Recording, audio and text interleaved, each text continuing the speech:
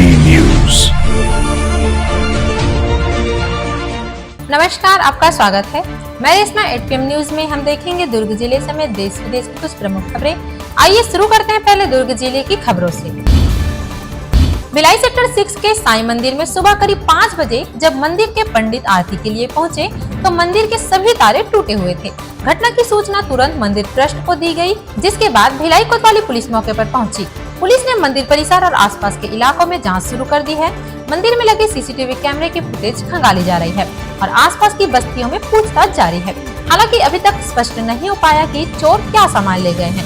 भीड़भाड़ वाले सेक्टर 6 इलाके के प्रसिद्ध साईं मंदिर में चोरी की घटना ने पुलिस पेट्रोलिंग पर भी सवाल खड़े कर दिए हैं। छत्तीसगढ़ आंगनबाड़ी कार्यकर्ता सहायिका संघ के प्रदेश स्तरीय आह्वान पर दुर्ग जिले में सैकड़ों कार्यकर्ताओं ने 2 दिवसीय हड़ताल करते हुए जोरदार प्रदर्शन किया। प्रदर्शनकारी कार्यकर्ताओं का कहना है कि वे केंद्र और राज्य सरकार की योजनाओं को पूरी जिम्मेदारी से लागू करती है, लेकिन बजट में उनके लिए सम्मानजनक वेतन और सुविधाओं को लेकर कोई ठोस प्रावधान नहीं किया गया। उनका कहना है कि महिला एवं बाल विकास जैसी महत्वपूर्ण योजनाओं की रेट होने के बावजूद उन्हें आज भी बेहद कम मानदेय में काम करना पड़ रहा है।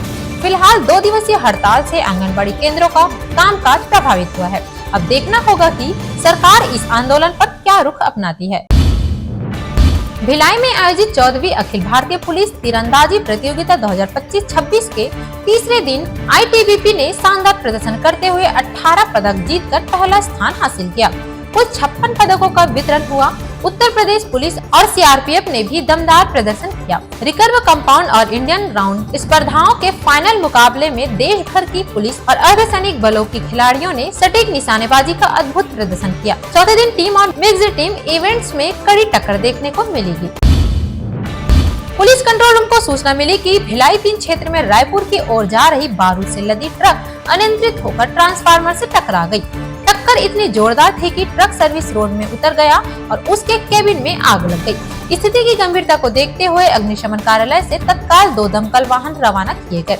मौके पर पहुंचकर अग्निशमन कर्मियों ने बहादुरी दिखाते हुए ट्रक के केबिन में घुसकर आग पर काबू पाया और संभावित बड़ी दुर्घटना को टाल दिया। फिलहाल पुलिस पूरे मामले की जाँच कर रही है। वैशाली नगर पालिका निगम की महापौर शशि अशोक सिन्हा का वार्ड दौरा लगातार जारी है।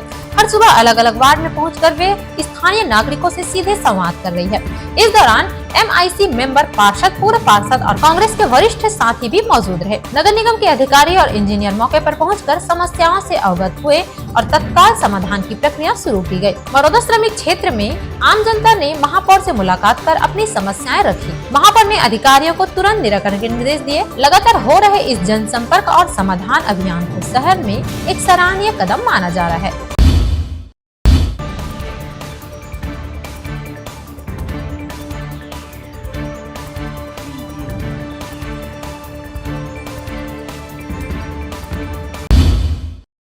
अब नजर डालते हैं प्रदेश की खबरों पर। छत्तीसगढ़ शासन के श्रम विभाग के निर्देश पर अंतागढ़ स्थित सामुदायिक भवन में श्रमिक सम्मेलन 2026 का आयोजन किया गया। कार्यक्रम में मुख्य अतिथि के रूप में सांसद भोजराम नाग और अध्यक्षता नगर पंचायत अध्यक्ष राधेलाल नाग ने की। सम्मेलन में कुल 7,930 श्रमिकों को 2,29,17,100 रूपए की सहायता राशि डायरेक्ट बेनिफिट ट्रांसफर के माध्यम से हस्तांतरित की गई। मुख्यमंत्री नोनी सशक्तिकरण, मिनी माता महतारी जतन, नैनी बाबू मेधावी शिक्षा, श्रमिक सियान सहायता और आवास सहायता जैसी योजनाओं के तहत लाभार्थियों को चेक वितरित किए गए। सांसद भोजराम नाग ने श्रमिकों से योजनाओं का अधिक से अधिक लाभ लेने और जागरूक रहने की अपील की है। सूरजपुर के तिलसिवा स्थित डॉक्टर श्याम प्रसाद मुखर्जी ऑडिटोरियम में जल संचय जन भागीदारी अभियान के तहत 1 दिवसीय कार्यशाला का आयोजन किया गया। मुख्य अतिथि सांसद चिंतामणि महाराज ने जल संरक्षण, वैज्ञानिक खेती और भूजल स्तर सुधार को लेकर महत्वपूर्ण बातें रखी। केंद्रीय भूजल बोर्ड के वैज्ञानिकों ने डेटा आधारित वाटर मैनेजमेंट, माइक्रो इरिगेशन और फसल विधिकरण पर विस्तार से जानकारी दी। कार्यक्रम में विभिन्न विभागों द्वारा शासन की योजनाओं की जानकारी दी गई और बाल विवाह मुक्त छत्तीसगढ़ का संकल्प लिया गया। बलौदाबाजार जिले में एंटी करप्शन ब्यूरो ने एक सरकारी स्कूल के प्राचार्य को 15,000 रुपए की रिश्वत लेते हुए रंगे हाथों गिरफ्तार किया। शिकायत एक दिव्यांग व्याख्याता के परिवार की ओर से की गई थी। आरोप है कि वेतन जारी करने के नाम पर हर महीने 10 से 15,000 रुपए की वसूली की जा रही थी। जब रिश्वत देने से इनकार किया गया तो 6 महीने तक वेतन रोक दिया गया।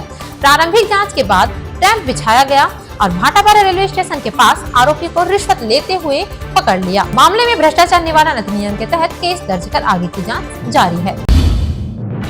जगदलपुर स्थित मां दंतेश्वरी एयरपोर्ट आज भी पुराने ढांचे और जर्जर रनवे से जूझ रहा है।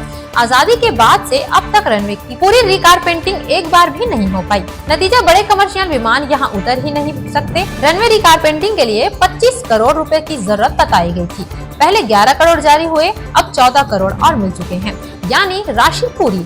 लेकिन पीडब्ल्यूडी की टेंडर प्रक्रिया अब तक अधूरी है।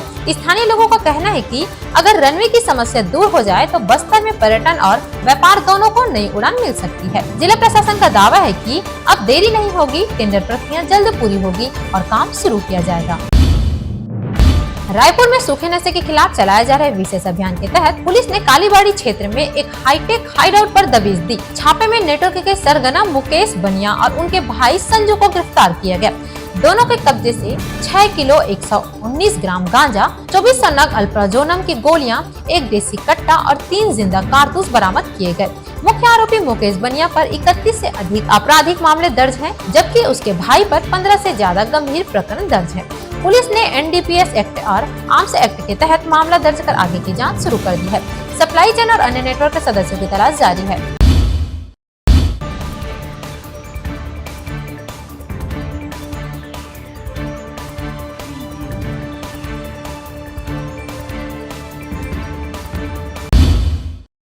अब नजर डालते हैं देश विदेश की खबरों पर।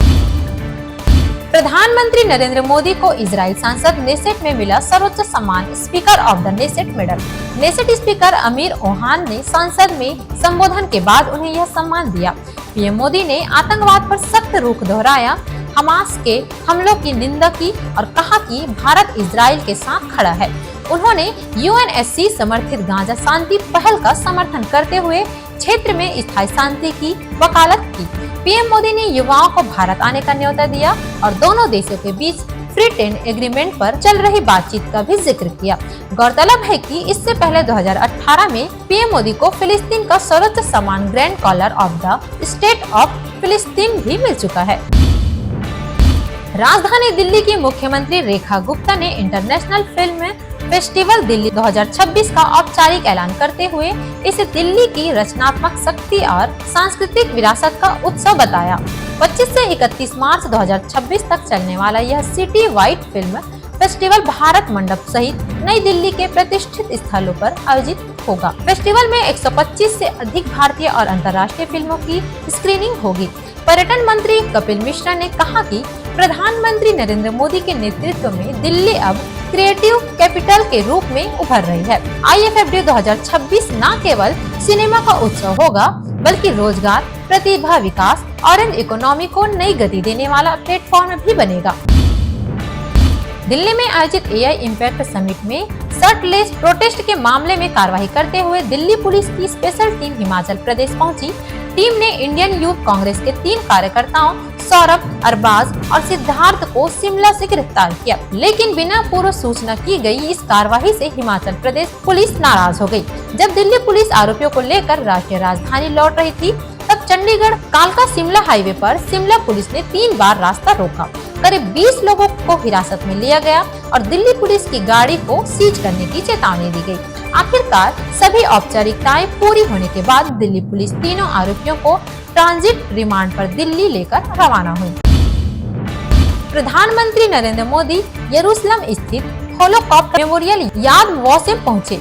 यहाँ उन्होंने नाजी शासन के दौरान मारे गए लगभग 60 लाख यहूदियों को श्रद्धांजलि अर्पित की। द्वितीय विश्व युद्ध के दौरान जर्मनी के तानाशाह एडोल्फ हिटलर द्वारा किए गए इस नरसंहार को होलोकॉस्ट के नाम से जाना जाता है। इसके बाद पीएम मोदी ने इजराइल के राष्ट्रपति इसाक हेrzog से मुलाकात की। द्विपक्षीय बैठक में भारत की तेजी से बढ़ती अर्थव्यवस्था की सराहना की गई। वहीं प्रधानमंत्री मोदी और इजराइल पीएम बेंजामिन नेतन्याहू के बीच रक्षा सहयोग, missile defence system, cyber security और एडवांस टेक्नोलॉजी पर अहम चर्चा जारी है। सूत्रों के मुताबिक दोनों देशों के बीच एक बड़ी रक्षा डील की संभावना भी जताई जा रही है। अमेरिका के उत्तर पूर्वी राज्यों के भीषण बर्फीले तूफान में जनजीवन पूरी तरह ठप कर दिया है। तेज हवाओं और रिकॉर्ड तोड़ बर्फबारी के कारण एयरपोर्ट के रनवे बंद करने पड़े और 11,055 से ज्यादा उड़ानें रद्द कर दी गयी। न्यूयॉर्क सिटी में स्कूल, सड़कें और हाईवे अस्थायी रूप से बंद कर दिए गए। राज्य की गवर्नर कैथी होचुल में इमरजेंसी घोषित कर नेशनल गार्ड को अलर्ट पर रखा है। वहीं मैसाचुसेट्स की गवर्नर मारा हीली और रोड आइलैंड के गवर्नर डेन मैकी ने ट्रेवल बैन लागू किया है। मौसम वैज्ञानिकों के अनुसार यह पिछले एक दशक का सबसे शक्तिशाली नॉरिस्टर तूफान है।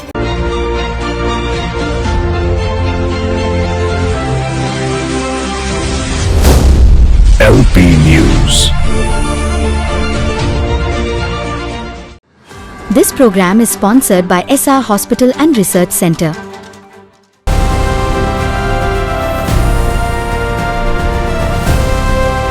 हर खबर पर नजर, सच, हिम्मत और जमीनी रिपोर्टिंग, देश, समाज और सत्य के लिए। LP News, आपकी आवाज।